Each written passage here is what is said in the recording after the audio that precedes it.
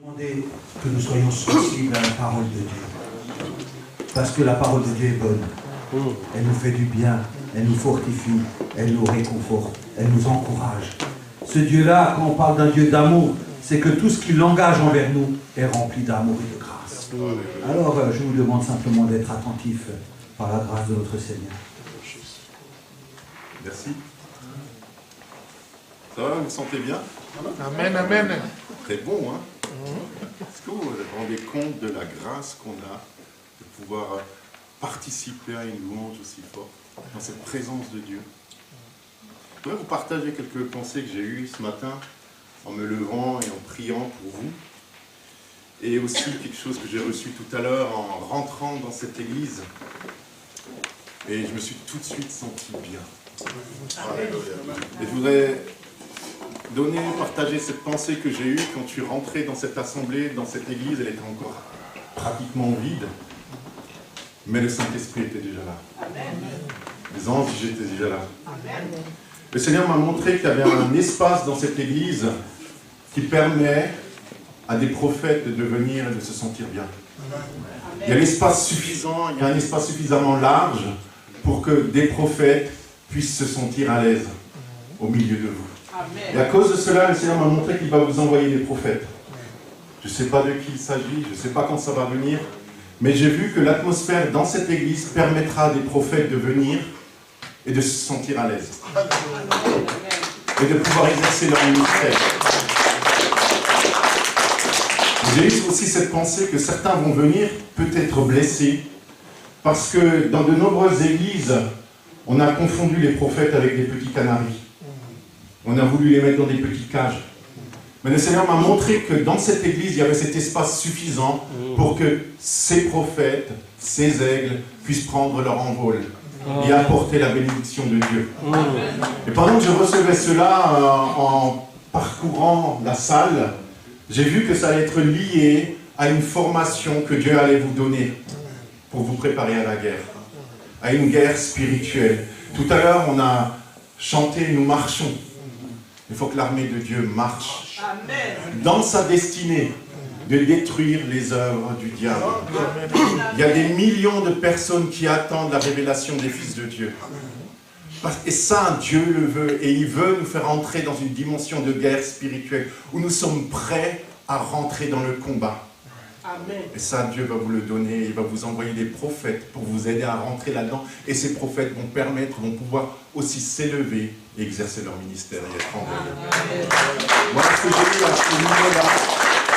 Et ce matin, j'ai eu autre chose et je pense qu'il y a quand même un lien avec ce que je viens de vous partager. Pendant que je priais, j'ai ressenti que certaines personnes avaient besoin de découvrir le Père. Pour certaines personnes, il y a encore un problème d'identité. Et le Seigneur veut vous attirer à lui. Je ne parle pas de Jésus, je parle du Père. Et au travers de cette attirance, vous allez vivre comme une délivrance, une guérison, une nouvelle liberté. J'ai vu ce matin quand je priais que certaines personnes se battent avec des soucis, avec des problèmes, avec la condamnation, l'accusation. Et voilà le passage que j'ai eu pour vous, pour ces personnes qui sont concernées. Ça se trouve dans 1 Jean, au chapitre 3.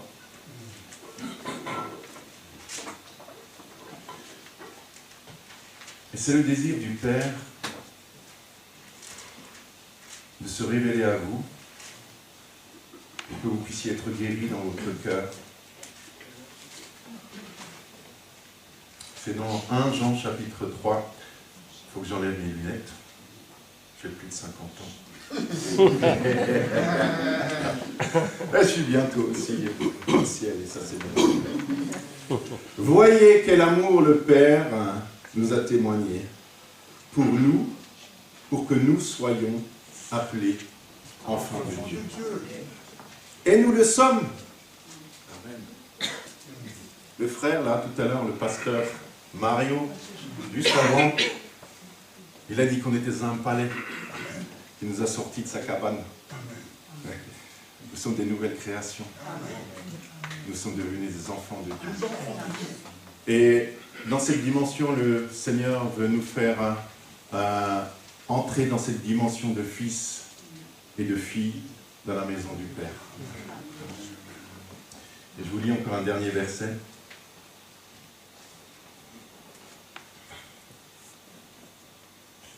C'est juste le verset qui suit. Bien-aimés, nous sommes maintenant enfants de Dieu. Et ce que nous serons n'a pas encore été manifesté, mais nous savons que lorsqu'il paraîtra, Jésus-Christ, nous serons semblables à lui. Ça, c'est notre destinée, d'être semblables à Christ. Parce que nous le verrons tel qu'il est. Et ça, c'est très important. Et ça a un rapport avec cette guerre spirituelle dans laquelle le Seigneur veut nous entraîner. Quiconque a cette espérance en lui se purifie comme lui-même est pur. Souvent, on veut se purifier parce qu'on a la crainte de Dieu, et c'est une bonne chose. On se purifie parce qu'on a peur, parce qu'on se sent condamné par le péché. Mais le Père, il veut se révéler à nous. Et quand on a cette révélation du Père, et qu'on devient un fils ou une fille, alors, par amour du Père, alors, parce qu'on a la révélation du Père, on se sanctifie. Ça, c'est ce que la parole de Dieu nous dit. Et le Seigneur nous donne un nouveau vêtement. Amen. Que le Seigneur nous bénisse. Amen. Merci pour cette parole. Je crois que d'entendre la parole ou la révélation de Dieu, pour nous, je crois que c'est important aussi de pouvoir mettre ça dans la prière. Vous savez, ces paroles-là doivent s'accomplir. Elles doivent vraiment faire partie de notre vie. Et je crois que ça nous fait du bien de savoir que Dieu a un regard sur cette Église et qu'il veut la faire grandir en amenant des prophètes. Mais aussi dans cette révélation où il a parlé d'identité. Vous savez combien de fois on a parlé d'identité dans cette Église? Combien de fois vous connaissez tout? Maintenant, connaître, c'est une chose. L'expérience, c'est une deuxième chose. Il faut se saisir de cette connaissance pour qu'elle transforme la vie de chacun. Parce que c'est vrai que nous avons une nouvelle identité. Nous ne sommes plus les mêmes. Nous avons été transformés par l'amour de Dieu. Et ça, de le croire, c'est de vivre comme ça. Je veux dire, quand on vit dans un palais, on sort avec des habits royaux. On ne sort pas avec des habits de tous les jours. On peut très bien vivre dans un palais et sortir avec les habits de tous les jours parce qu'on n'a pas la conviction, parce qu'on n'a pas la foi, cette dimension où Dieu veut nous amener. Mais nous sommes sortis avec le nom de Jésus qui est victorieux dans toutes les circonstances. On a démarré ce culte en comprenant. Vous savez, je vous dis souvent que Dieu pleure. Hein. Quand il nous voit, des fois il pleure.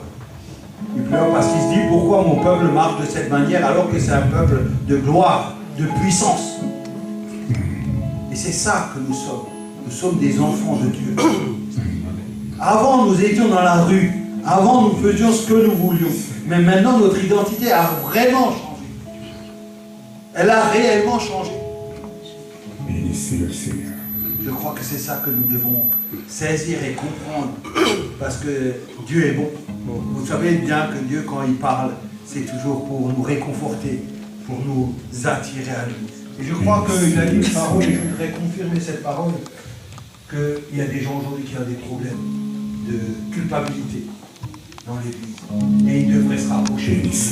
Ils devraient comprendre ce que Jésus a vraiment fait sur la croix. Se saisir de ce pardon que Jésus a fait. Et d'arrêter de se culpabiliser. Et vous savez, je vais vous dire quelque chose. La Bible dit, on ne peut pas servir Dieu et on ne peut pas servir Satan. Il faut choisir un des deux. Mais quand vous êtes occupé à servir Dieu, vous êtes dans le bon chemin. Il faut être occupé à servir Dieu. C'est pour ça que je dis toujours, engagez-vous à faire l'œuvre de Dieu. Engagez-vous à travailler pour le Seigneur. Parce que quand vous êtes inactif, quand vous n'avez rien à faire, alors le danger guette. Il faut être prudent. Donc il faut avoir un engagement. La vie avec le Seigneur, c'est un engagement de tous les jours. Vous savez très bien que nous, on ne fait pas des œuvres pour être sauvés. On est sauvés et on fait les œuvres parce qu'on est sauvés. Ce n'est pas la même chose. Et je crois que c'est un engagement de tous les jours de pouvoir être dans la maison du Père. Ne nous éloignons pas de la maison du Père. Amen. Merci Christophe pour cette parole. Merci beaucoup pour cette parole qui nous fait du bien et qui nous réconforte.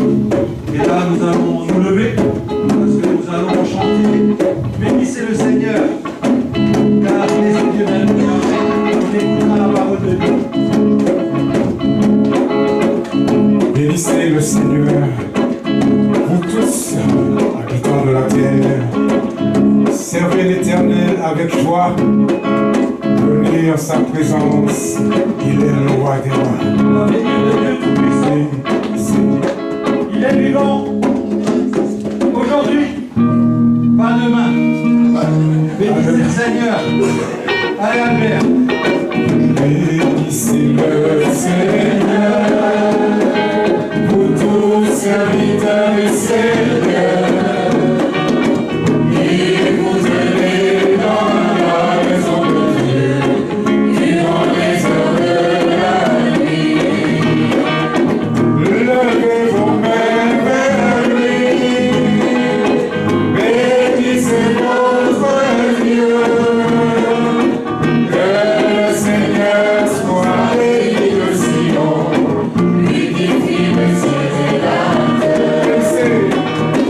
Bénissez le Seigneur, vous tous serviteurs du Seigneur, qui vous tenez dans la maison de Dieu, durant les heures de la nuit. Levez vos mains vers lui, bénissez votre Dieu. Que le Seigneur soit béni de Sion, lui qui fit le ciel et la terre. Lui qui fit le ciel et la terre. Lui qui fit le ciel et la terre. Levez vos mains vers lui, bénissez votre Dieu. Que le Seigneur soit béni de Sion, lui qui fit le ciel et la terre. Lui qui fit le ciel. Lui qui fit le ciel et la terre. Lui qui fit le ciel. Lui qui fit le ciel et la terre. Lui qui fit le ciel et la terre. Lui qui fit le ciel. Lui qui fit le ciel et la terre. Amen. Acclamons pour le Seigneur. Acclamons vraiment pour le Seigneur. Il est merveilleux. Alors, nous allons écouter la parole de Dieu. La parole de Dieu, vous savez ce que dit la Bible? La parole de Dieu ne sort pas de la bouche de Dieu sans revenir à lui, sans avoir accompli sa volonté. sa volonté. Nous avons prié que notre cœur est disposé. Dieu veut toujours se révéler. Alors, si nous sortons comme nous sommes venus, il y a un problème. On ne sort pas de la maison de Dieu comme on est venu. On sort toujours parce que Dieu rajoute toujours. Nous ne connaissons pas assez Dieu. Dieu rajoute toujours. Il y a plein de gens qui doivent se dire, là, Mario, il raconte quelque chose, parce que combien de fois on est sorti sans rien avoir. On dit quelque chose. On ne peut pas sortir sans avoir obtenu quelque chose de la part de Dieu. Vous savez, Dieu donne quand il voit le désir dans le cœur. Le désir. Quand on voit le désir, alors Dieu donne. Sans retenue, en abondance. Alors, que nous puissions vraiment être bénis par cette parole et que nous puissions en profiter pleinement pour notre vie de tous les jours. Amen. Amen. Jean-François.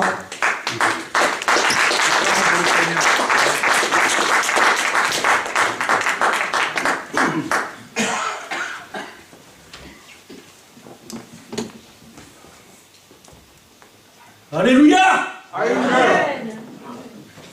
Dieu est présent ce matin. Est-ce que vous l'avez ressenti? Amen. Amen.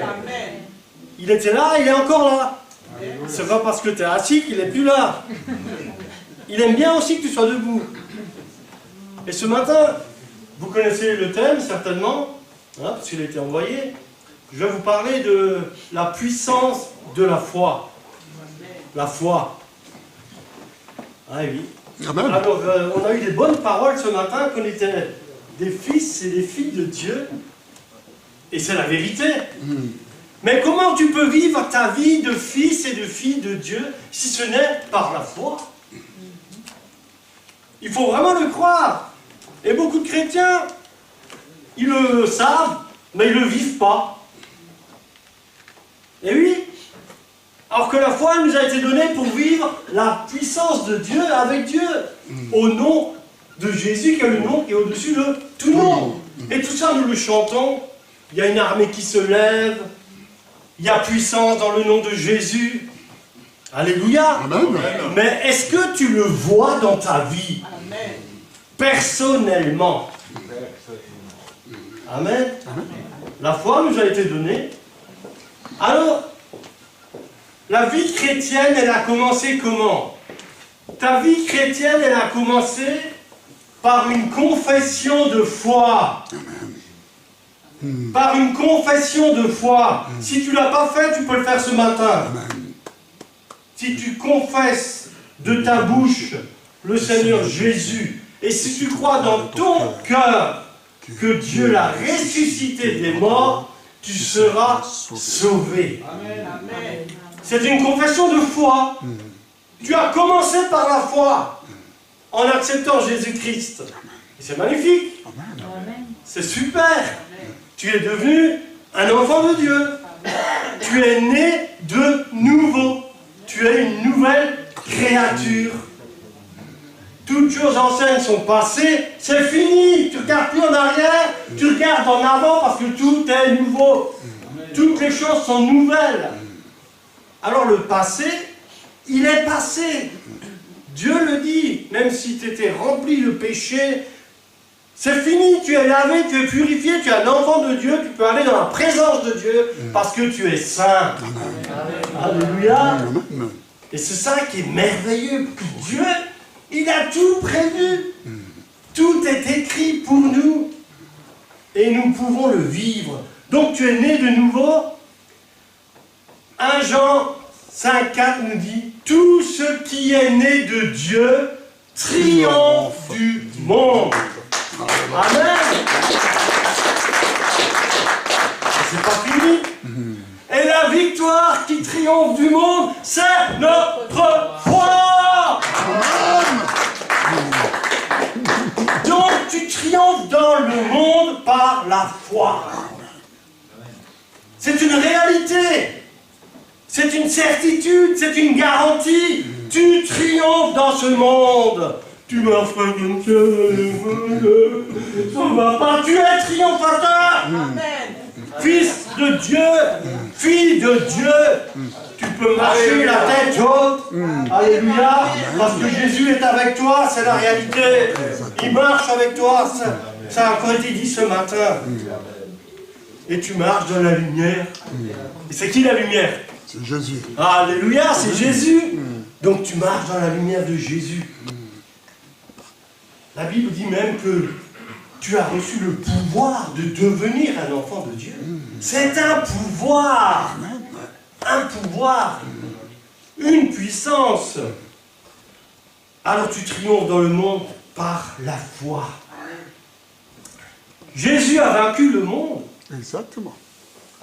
Il a vaincu le monde. Pour qui? Pour nous. Jésus a vaincu le monde. Et alors, nous sommes plus que vainqueurs dans le monde. Mais on est comment plus que vainqueurs? Par la foi. Tu es plus que vainqueur. On le chante, on le sait. Mais tu l'es vraiment par la foi. Donc cette foi, il faut la manifester. Ce matin, je parlais de la foi active. Il y a la foi passive, celle où on dit, oui, on a confiance en Dieu. Dieu, c'est la foi, la confiance. J'appelle ça, moi, la foi passive. Mais la foi active, c'est la foi qui te fait agir pour que Dieu puisse agir. Amen, amen. Par le Saint-Esprit et au nom de Jésus. Au nom de Jésus. Et ça, nous devrions le vivre continuellement, tout le temps. La foi est une ferme assurance. Des choses qu'on espère. Ferme assurance. Amen. Amen. Amen. Des choses que l'on espère. Et ensuite, il y a la démonstration de ce que tu espérais. Une démonstration des choses que tu as espérées. Tu le vois. Si tu as la ferme assurance, la foi vient de la parole de Dieu, n'est-ce pas? Amen. Hein? La foi vient de la parole de Dieu. Elle vient de ce qu'on entend. Et ce que tu entends, c'est la parole de Christ. Alors si tu entends la parole de Dieu ce matin, la foi, elle est là pour toi. Amen. Cette parole qui est prêchée, ces paroles qui sont données ici, que tu lis dans ta Bible, ça te donne la foi. Mais à quoi ça sert la foi si tu ne la pratiques pas? Hein? Dieu attend sur son peuple qu'il se lève. Effectivement, il y a une armée qui doit se lever. Mais elle est où? Elle doit se lever. Elle va se lever. Avec vous, avec moi. Tous ensemble. Mais comment? On se lève comment? Par la foi, encore une fois. Tout passe par la foi. Amen. Il ne faut pas l'oublier, c'est la base de la vie chrétienne. Et vous savez, Jésus, il n'a pas été doux avec ses disciples quand il s'agissait de la foi. Vous savez, Jésus, c'est le Dieu d'amour, hein, mais il s'est fâché des fois. Vous connaissez ce passage? Il y a aussi Jésus qui nous parle plusieurs fois de cette foi. Tellement elle est importante. Tellement il faut vivre. D'ailleurs, le juste vivra par la foi. Exactement. Tu as été justifié en Jésus-Christ, n'est-ce pas? Comment? Par la foi. Par la foi. Beaucoup de chrétiens, ils s'arrêtent, hein, ils sont même nés nouveaux, et puis après, bon, bah, ils vivent plus rien. Et c'est triste. Jésus a dit, si vous aviez de la foi comme un grain de sénévé, vous diriez à cette montagne, ôte-toi de là, et jette-toi dans la mer, et elle se transporterait, et rien ne vous serait impossible. Il a dit pourquoi? Il a dit la foi comme un grain de sénévé. Le grain de sénévé, c'est la plus petite des graines. Ça veut dire que si tu as une petite foi, tu peux déplacer les montagnes. Amen.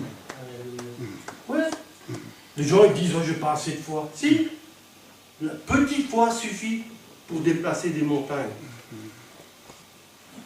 D'ailleurs, quand les disciples ont dit, Seigneur, augmente-nous la foi, il a dit, si vous aviez de la foi comme un grain de sénévé, vous diriez à ce sycomore, déracine-toi et transporte-toi d'ici là-bas, et ça se ferait. Ah ouais. Les disciples ont dit, augmente-nous la foi. Il a dit, si vous avez la foi, comme un grain de sénévé. Ça veut dire que la foi que tu as, il faut la mettre en pratique. Hein? Mettons la foi en pratique. Si quelqu'un dit à cette montagne, ôte-toi de là et jette-toi dans la mer, s'il ne doute pas dans son cœur, mais croit que ce qu'il dit arrive, il le verra s'accomplir. Le doute, il est là le doute, hein, il essaye de nous assaillir, de nous atteindre. Mais si tu crois vraiment, tu mets ta foi en action et tu verras que la montagne, tu as une montagne dans ta vie. C'est quoi ta montagne? C'est une maladie? C'est un problème financier? C'est quoi? Tu ordonnes à la montagne de dégager. Amen. Au nom de Jésus. Et ça va se faire. Si tu es ferme. Beaucoup de chrétiens, ils font les choses, ils commencent à prier, et puis ils voient que ça ne marche pas tout de suite. Après ils disent ça ne marche pas. Bah si tu dis que ça ne marche pas, ça ne marche pas. Ce que tu confesses, tu le reçois. Amen. Hein? Je ne parle pas de la méthode Coué, je parle de la foi. La foi dans la parole de Dieu. Hein? Je connaissais un frère, Patrick Fischer, avant qu'il soit converti. Il appliquait la méthode Coué, il avait une hernie discale, il était très mal, il disait j'ai plus mal, j'ai plus mal, j'ai plus mal. Et il avait toujours mal. Et il allait voir des spécialistes et il devait payer cher. Jusqu'au jour où on est arrivé dans son magasin, on lui a posé les mains, au nom de Jésus, t'es guéri instantanément. Alléluia. Amen. Et ensuite, ben, il a compris que c'est par la foi qu'il a été guéri. Il a cru. Hein? Il a cru, il a accepté la prière. Donc, on a beau dire des paroles hein, positives. ça n'amène quoi? Rien de concret. Que du vent. Que du vent. Donc, il s'agit de proclamer. Il s'agit de déclarer. Il s'agit de confesser. Moi, j'aime bien David. Qu'est-ce qu'il a dit à Goliath? Hein? Tu viens vers moi avec l'épée, le javelot, mais moi je viens au nom de l'Éternel. Je vais t'abattre, te couper la tête. Et il l'a fait. Il l'a confessé. Il a cru. Mais David, il avait quelque chose d'important. C'est qu'il voyait, il avait vu la puissance de Dieu. Hein? Quand un ours il voulait bouffer ses aliments, il tuait l'ours. Et même le lion. Donc pour David, Goliath, c'était que dalle. Il le voyait tout petit. Mais il voyait son Dieu grand et puissant. Alors Goliath, son compte était vite réglé. Voilà.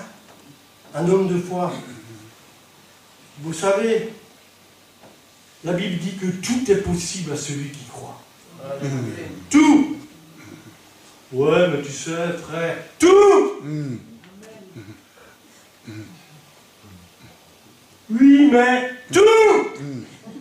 Oui, mais tout.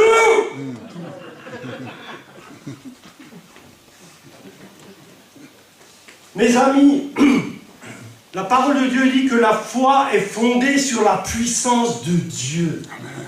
1 Corinthiens 2, 5. Est-ce que tu as vu, mon frère, ma soeur, toi qui m'écoutes, est-ce que tu as vu la puissance de Dieu dans ta vie?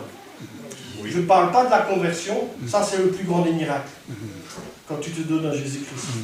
Hein? C'est une puissance, déjà. Mais après, est-ce que tu as vu la puissance de Dieu en action pour toi personnellement? Hein? Ça c'est important. Hein?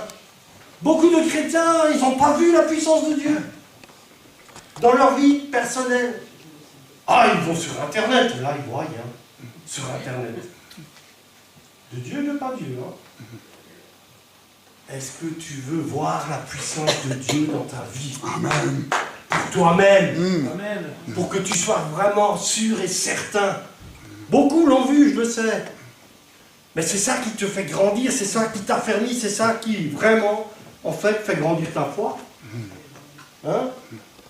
La petite foi, elle grandit à travers les actions de foi que tu vois, que Dieu, ça marche. Amen. Ça marche. La puissance de Dieu.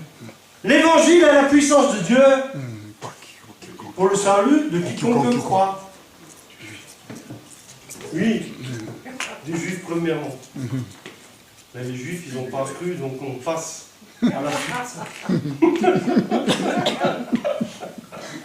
Amen. Amen. Vous savez, un jour,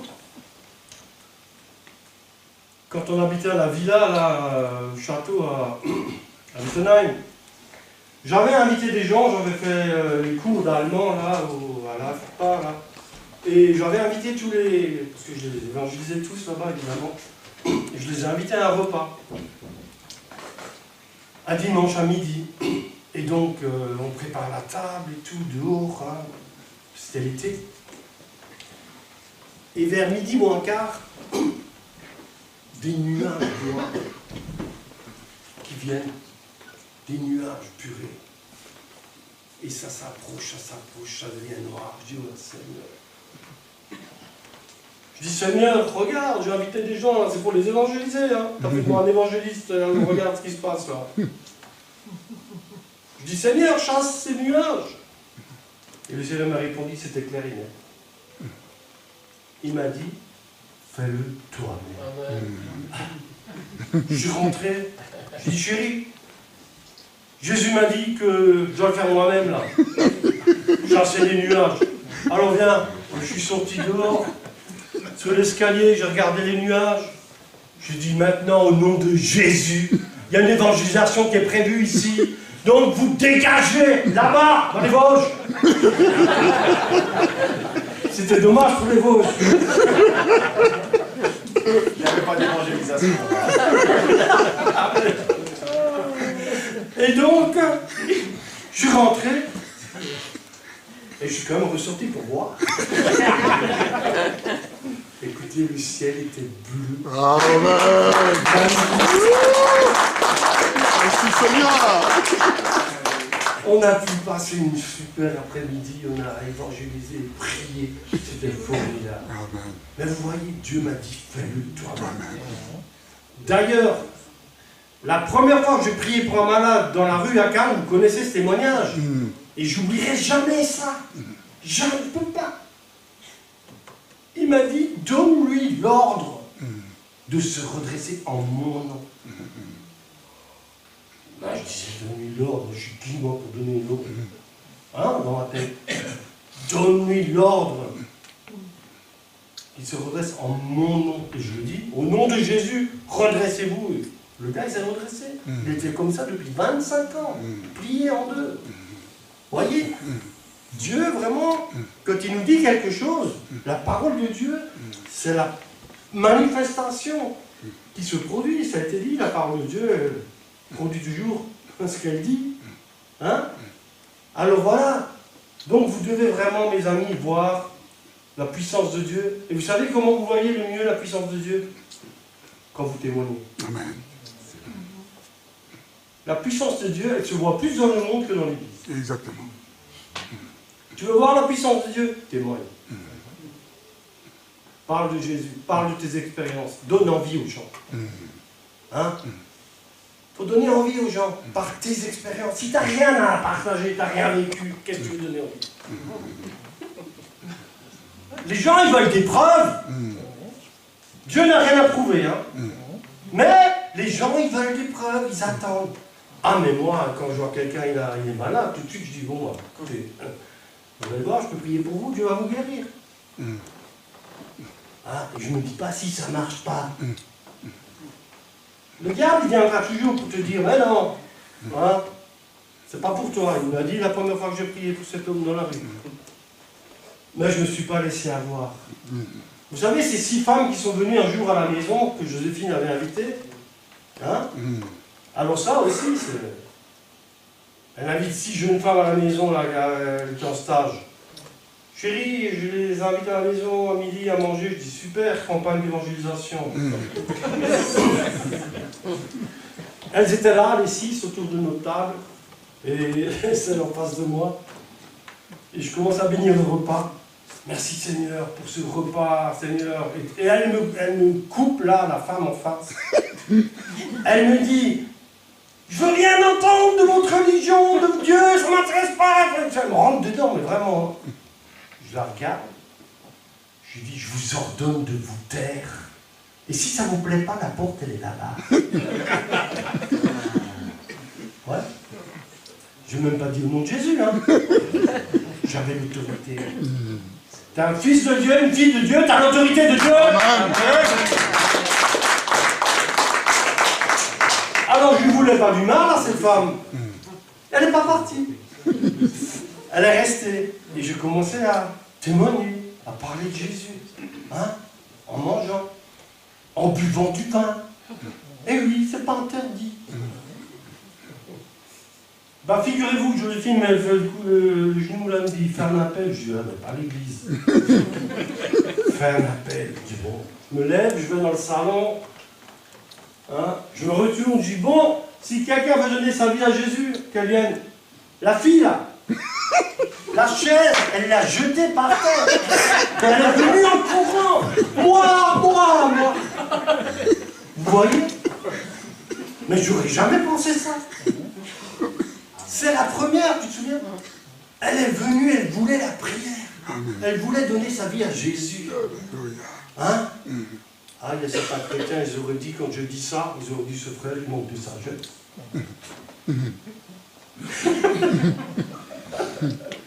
Dans le proverbe, il est dit que le sage, il s'empare des âmes. Exactement. Il s'empare des âmes. Oh oui. C'est ce que je fais. Amen. Donc, vous voyez, c'est pour vous dire, écoutez, je pourrais vous en témoigner beaucoup. Hein, quand j'étais... Vous savez, les sorciers, ils ont la foi dans la puissance de Satan. Mais nous, notre foi est supérieure, largement supérieure. La puissance que nous manifestons est largement au-dessus. Et quand j'étais au Cameroun, je vous l'avais dit, non? que j'ai entendu, là, ils avaient trafiqué un manguier, là, les sorciers, ils utilisaient un manguier, hein, ils faisaient des choses avec ce manguier, ils mettaient des assiettes dedans, ils mangeaient les gens, ils amenaient la malédiction dans ce village, et des choses terribles, hein. Et le frère, avant que je prêche, il me dit, oui, là, ce manguier, les sorciers, il l'utilise, il y a plein de problèmes ici. C'était beaucoup de catholiques, hein. C'est incroyable, au Cameroun, beaucoup de catholiques, hein. Et les gens, ils venaient de tous les villages, là, ils venaient, purée, il y avait 3000 personnes là devant moi et tout. Je dis, et ce manguier, les gens malades, ne peuvent pas avoir d'enfants, pas de travail. Vraiment terrible, hein.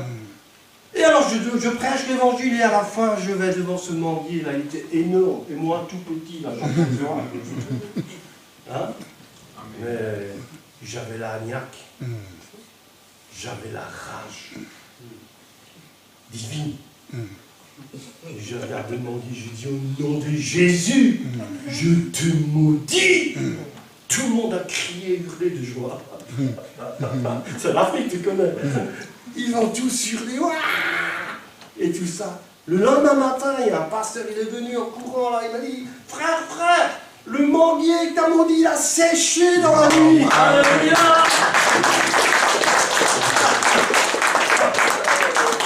Il a séché. Et en Afrique, c'est spécial, parce qu'il y a un chef de village.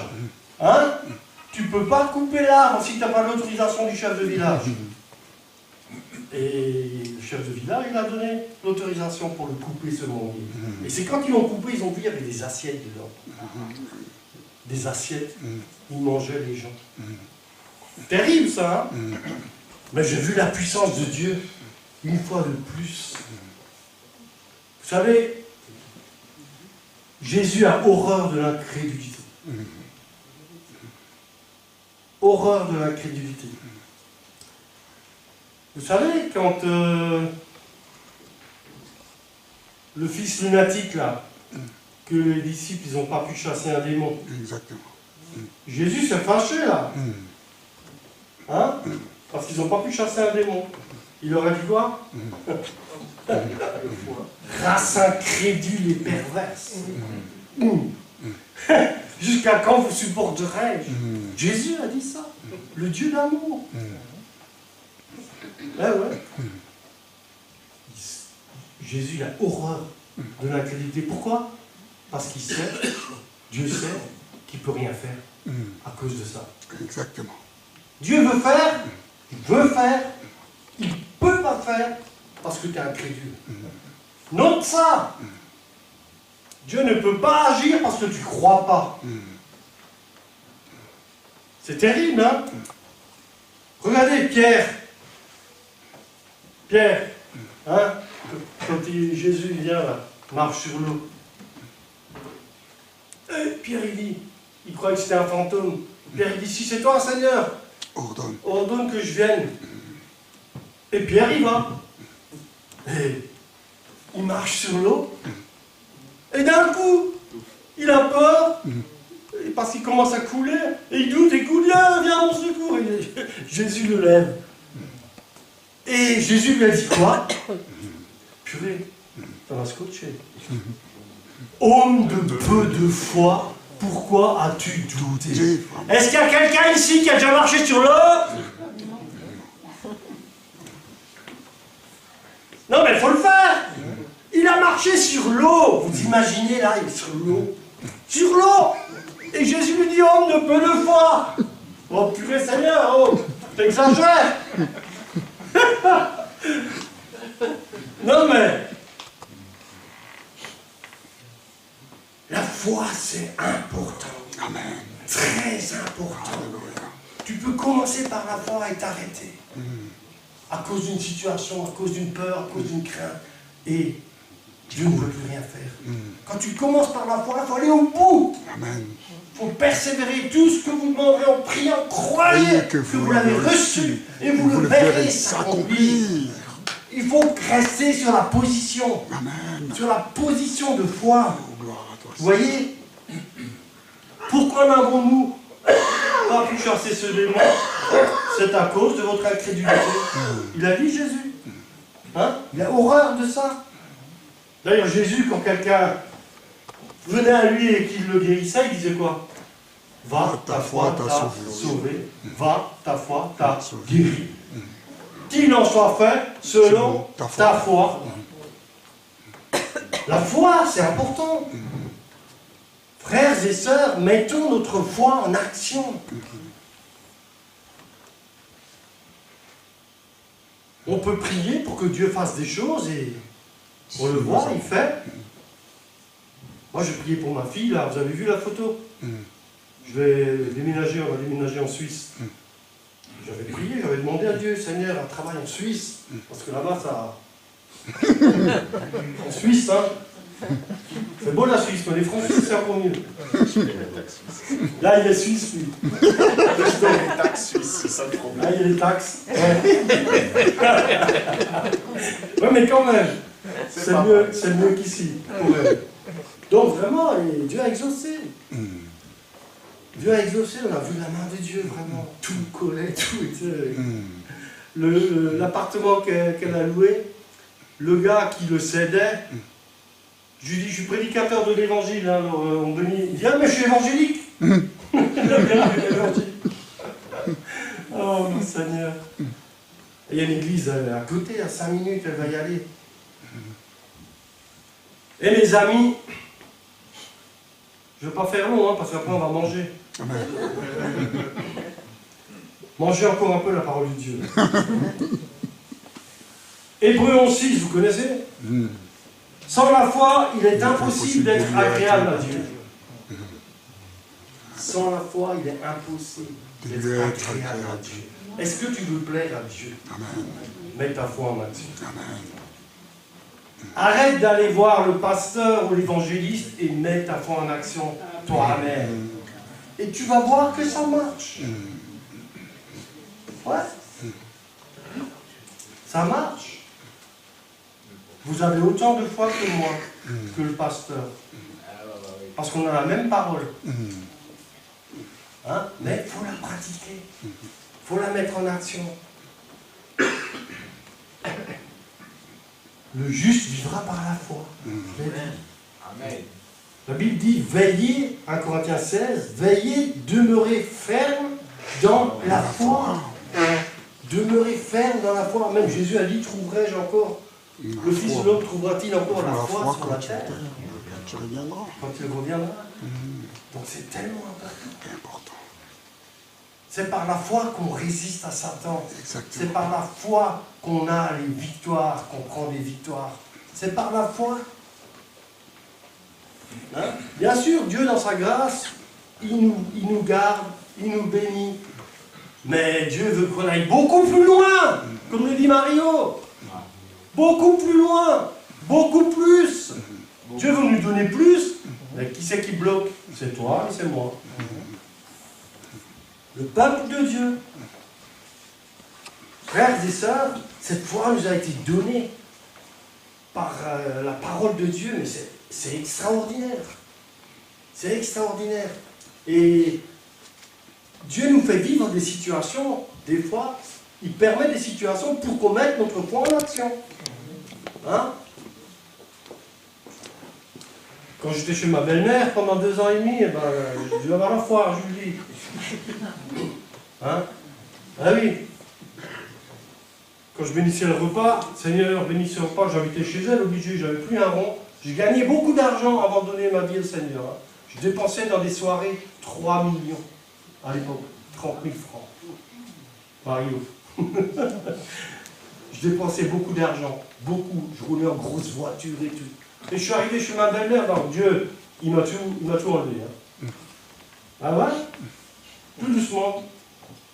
Plus de voiture, plus d'argent. Qu'est-ce qu'on fait?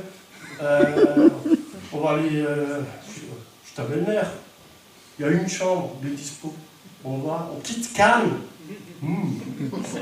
Moi, je rêvais que de rester à Cannes, hein, dans la belle vie là-bas, la mer, les Rolls-Royce, les Ferrari, c'était mon truc. J'arrive à Mulhouse, plus de voiture, plus d'argent chez ma belle-mère.